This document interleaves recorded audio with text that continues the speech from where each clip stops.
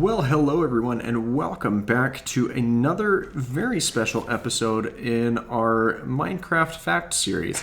It's been a minute since I've done one of these, and well, I figured that it was time to kind of revisit something that I've had on my mind a lot recently, as I've been working on a couple of different projects, which, as a reminder, the SMP server that I'm starting is going live on Saturday, and I'm very excited to announce on Saturday the cast that we'll be working with, as well as the content which will be coming not only out on my channel, but the channel of those other collaborators as well. So make sure you tune in for that. I actually will be live streaming on Saturday for a couple of hours on that server. So hopefully that's something that you want to come and join out. If you do, make sure you check my Twitch channel. The link is down in the description of today's video.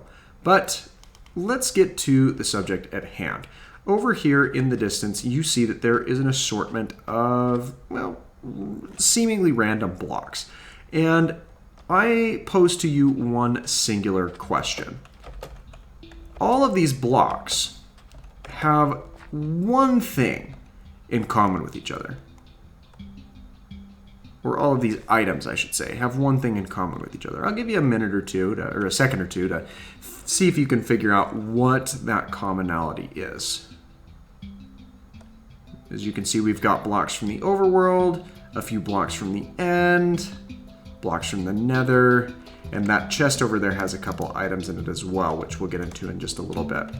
Well, if you haven't already guessed, everything that we are looking at is an example of resources that are non-renewable.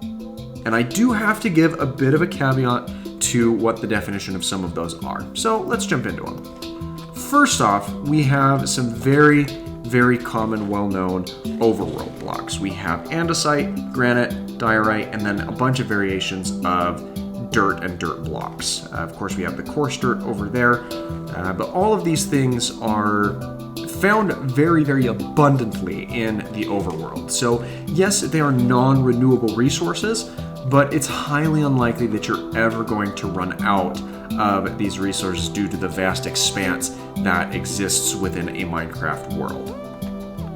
If we move over here, you'll see that we have many different ore blocks. And the caveat with these specifically is, yes, the resources found within these blocks are indeed renewable through a variety of means, but the blocks themselves are not. And that's the important distinction here. You will not be able to find an excess of these blocks, though there are alternate sources for gathering these resources through in-game trading and other functions. However, diamonds, and therefore diamond blocks, which are crafted out of diamonds received from diamond blocks, these are also non-renewable resources. Though they are fairly common if you know where to look, once you mine them out of the world, they're gone. Now, you'll probably never ever reach that point to where you've run out of diamonds, but if you had a server running for an extensive period of time with a ludicrous amount of people never doing resets or anything else, and provided there's not glitches that cause chunks to reload or anything else after they've been loaded initially, you will eventually run out of diamond source blocks, and therefore the diamond blocks which can be crafted out of that would also come to an end. Now, we look over here at the blocks that come out of the nether, and some of these make sense. Of course, we have the netherrack block itself, as well as the two different variants from the crimson and warped biomes. Those two, again, there's so much netherrack within the nether that you'll conceivably never run out of these blocks. And that can likewise be said for the gold, this gold variant of the netherrack.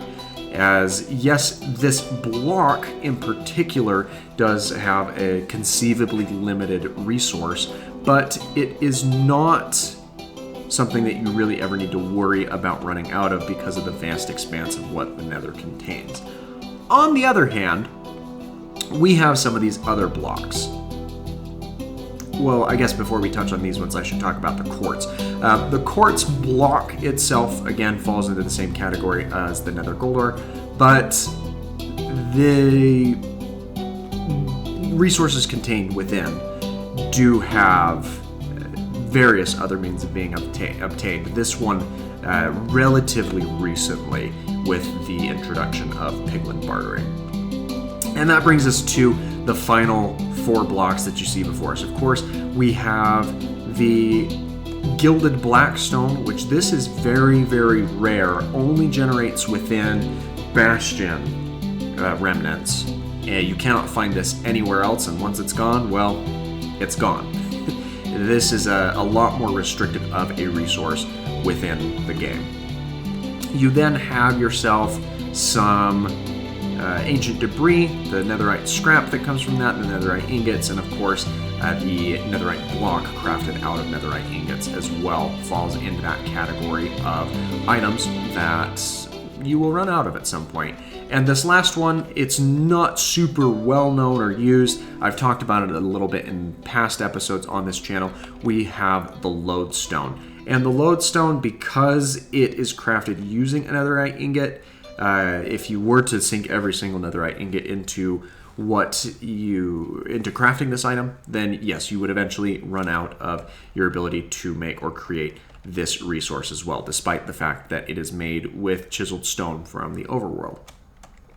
Likewise, this is also a non-renewable resource because it does exist within some Bastion loot tables, but because Bastions only infinitely spawn as far as your nether goes, you would also run out of your opportunities or abilities to collect this resource from that location as well. So now we need to turn our attention to a couple of different places. Of course, we have our endstone and our endstone blocks. These, of course, fall into the same category as a couple of the other items we've looked at so far, where, yes, these are in a limited resource. However, conceivably, you're never going to run out of it. The end has vast expanses of islands that are located throughout. Though I would wager that these are slightly more uncommon than dirt in particular, as most or very large expanses of the overworld are comprised of dirt, whereas there is massive amounts of void space within the end that nothing generates in, and that's where you're kind of missing a lot of the placement of this. Over here, you thought that maybe this was just two things sitting next to each other, but cobwebs are also in the family of non-renewable resources. Now, they're in no means rare. I mean, you can see a couple of them right over here at the entrances of the mines that spawn in these Badland regions, but cobwebs themselves, they can't be crafted, so unless you pick them up with shears, this is a very limited resource that you're not going to get anything else out of. Though, it may be in your best interest to use shears to collect these anyway, as yes, you can get some string from cutting them down with a sword, but if you unpack cobwebs in a crafting table, you get 9 pieces of string, as opposed to just a couple pieces of string when cutting through it with a sword. Dead bushes are another item that fall into the similar category of the cobwebs, where yes, these are decently common. You can see a very exaggerated spawn rate of these dead bushes in these Badland areas. But if you break them, they will break down into sticks and they cannot be crafted. So your only way to harvest this organically is, again, to use those shears if you plan on using or having those to any degree. We'll come back to this in just a moment, but another item that falls onto this list, of course, is the coral. And I have the dead variant of the coral set up here on the land because conceivably, yes, this falls into the same category, but it's not very visually appealing. So let's walk over to this little pool where I've set some of this down. And you'll see here that not only do we have the coral blocks, but both the tubed and fanned versions of the coral that grows off of said blocks. These are all in limited resources as well, especially as they are only found within the more tropical waters of the ocean. Once they're gone, and they're very fragile. So if you want to make use of these blocks to any degree, make sure you're coming after them with Silk Touch gear. Moving back over this way, we do need to make a quick little caveat of, yes, the end portal frames are also a limited resource or item or block within the game. However, these kind of exist within their own category because they are purposefully rare and only spawn within strongholds. But if they, well, unless they're brought in creatively. And that's another thing to mention here is if you are using administrative privileges on your servers, then yes, you can get any of these items in abundance, but that's not what we're looking at. We're trying to analyze these things as if they were in a standard vanilla game. And with that, we do need to turn our attention over to the last block that we need to talk about, that being the sponge. And the sponge is, based off of what I've looked at, the rarest resource in the overworld or in the game in terms of blocks that can actually be placed. Because there are only two ways to get your hands on sponges. One is finding the sponge room within a ocean monument or an ocean temple, and the other is by defeating the elder guardians that are located within that same temple. And unless you take those guys out, you're not going to find these anywhere else. They don't drop in random loot drops. There's no trades to get you any of these. These are a highly limited resource. And in terms of blocks that can be placed, unless someone can give me some other evidence that I'm not aware of, this is indeed the most rare block within a Minecraft server.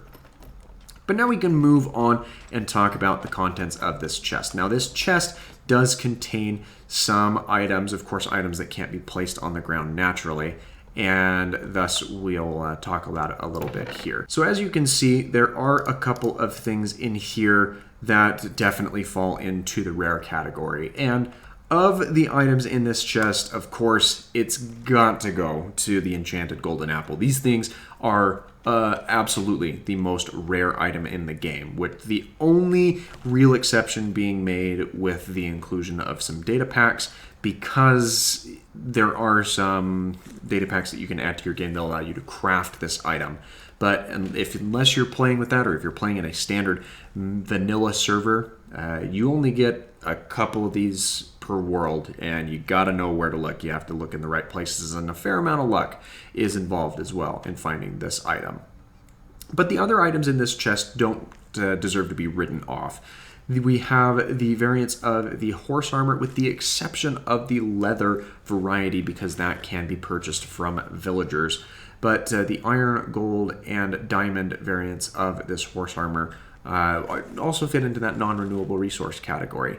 I know that these can be found within the end city loot tables. It may just be the diamond horse armor. I don't recall exactly. But these are pretty up there in terms of items that are non-renewable.